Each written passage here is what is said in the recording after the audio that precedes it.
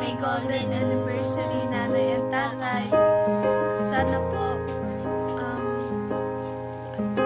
maging matagal pa po ang samahan yung dalawa ni nanay at ni tatay. Thank you po sa gabos na pag-intindi at pag